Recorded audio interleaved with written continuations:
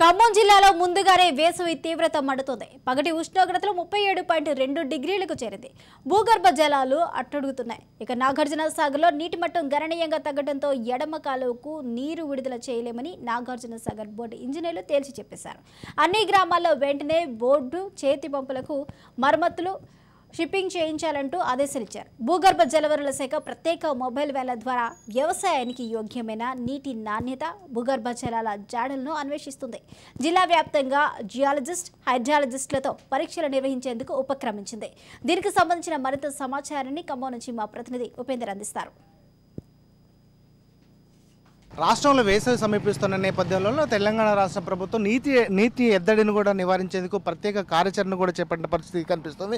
ప్రధానంగా ఇప్పటికే తెలంగాణ రాష్ట్ర ప్రభుత్వం భూగర్భ జలవనరుల శాఖ ఆధ్వర్యంలో ప్రత్యేకంగా నీటి నాణ్యత ప్రయోగశాలను అయితే ఏర్పాటు చేసి అంటే ఇబ్బందులు లేకుండా తలెత్తకుండా ప్రత్యేకంగా కార్యాచరణ చేస్తున్న పరిస్థితి కనిపిస్తుంది. ఈ నేపథ్యంలోనే ఇప్పటికే ఏదైతే తెలంగాణకు సంబంధించినటువంటి ప్రత్యేక గ్రౌండ్ వాటర్ డిపార్ట్మెంట్ ప్రత్యేకంగా కార్యాచరణ చేపట్టి అయితే ప్రత్యేకంగా ప్రయోగశాల ద్వారా అయితే నీటి నాణ్యత ప్రమాణాలను అయితే అంటే తెలుసుకుంటున్న పరిస్థితి కనిపిస్తుంది. ఇప్పటికే దీనికి సంబంధించినటువంటి ఖమ్మం జిల్లా వ్యాప్తంగా కూడా వివిధ ప్రాంతాల్లో ప్రత్యేకంగా కూడా వాహనాల ద్వారా అయితే నాణ్యత ప్రమాణాలను అయితే తెలుసుకుంటున్న పరిస్థితి కనిపిస్తుంది. జిల్లా వ్యాప్తంగా ఉన్నటువంటి నాణ్యత ప్రమాణాలు ఏ విధంగా ఉన్నాయి?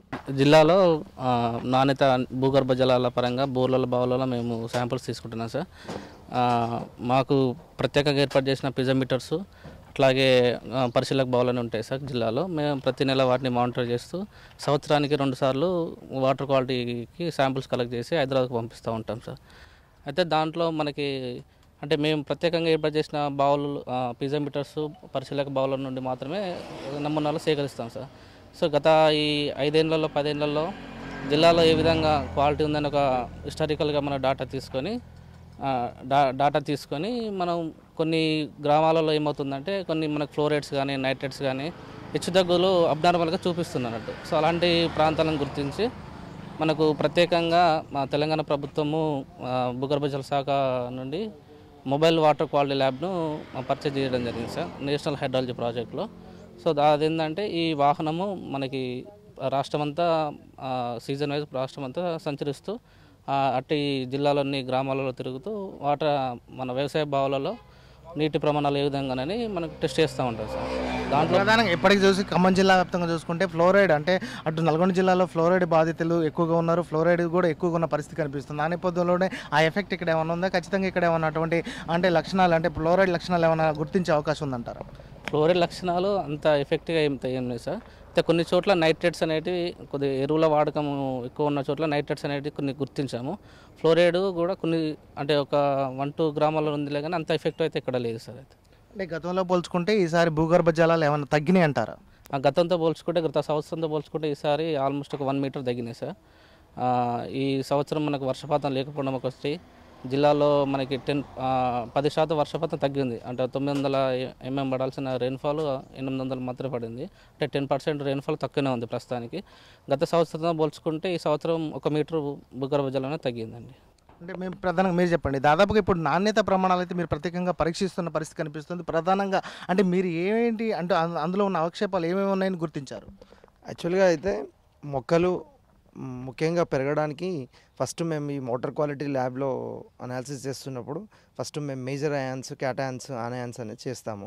అయితే మనం pH విలువలు ఫస్ట్ పరిశీలించినప్పుడు అది 6.5 నుంచి 7 వరకు ఉంటే అది సూటబుల్గా మొక్కలు పెరగడానికి వాటి యొక్క పెరుగుదలకు తోడ్పడుతుంది.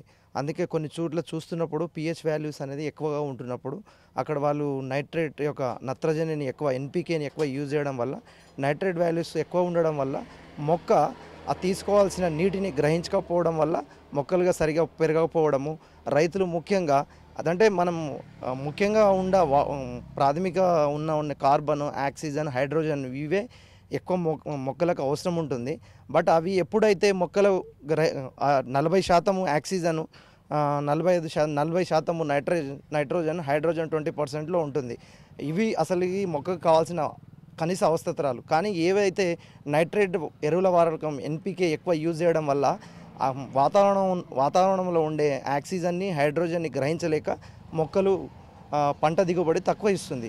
కానీ రైతులకు అవగాహన కల్పించి, అంటే మేము ఈ యొక్క ల్యాబ్ ముఖ్య ఉద్దేశం ఏంటంటే ఈ యొక్క ఎక్కడైతే రైతులు ఏ విధంగా నైట్రేట్స్, సల్ఫైట్స్ అంటే కాల్షియము, మెగ్నీషియము, హార్డ్నెస్ ఏ లెవెల్లో ఎక్కువ ఉంటుంది అని తెలుసుకొని మేము మా అధికారులకు ఇక్కడ విశ్లేషణ తీసుకున్న ఒక 5-15 నిమిషాలలో మేము ప్రతి ఒక్క basic parameter pH, EC, carbonate, bicarbonate, calcium, magnesium, total hardness చేసి మా అధికారులకు ఇచ్చినప్పుడు ఇక్కడ ఈ విధంగా మేము గుర్తించాము అని చెప్పి మా హెడ్ ఆఫ్స్కి సమర్పిస్తాము.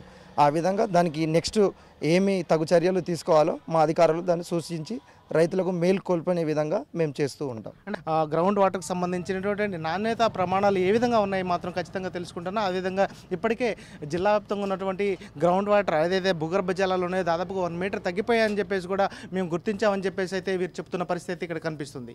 ఇది ఇక్కడ పరిస్థితి. కెమెరా పర్సన్ నరసింహరావుతో ఉపేందర్, రాజ్ న్యూస్, ఖమ్మం.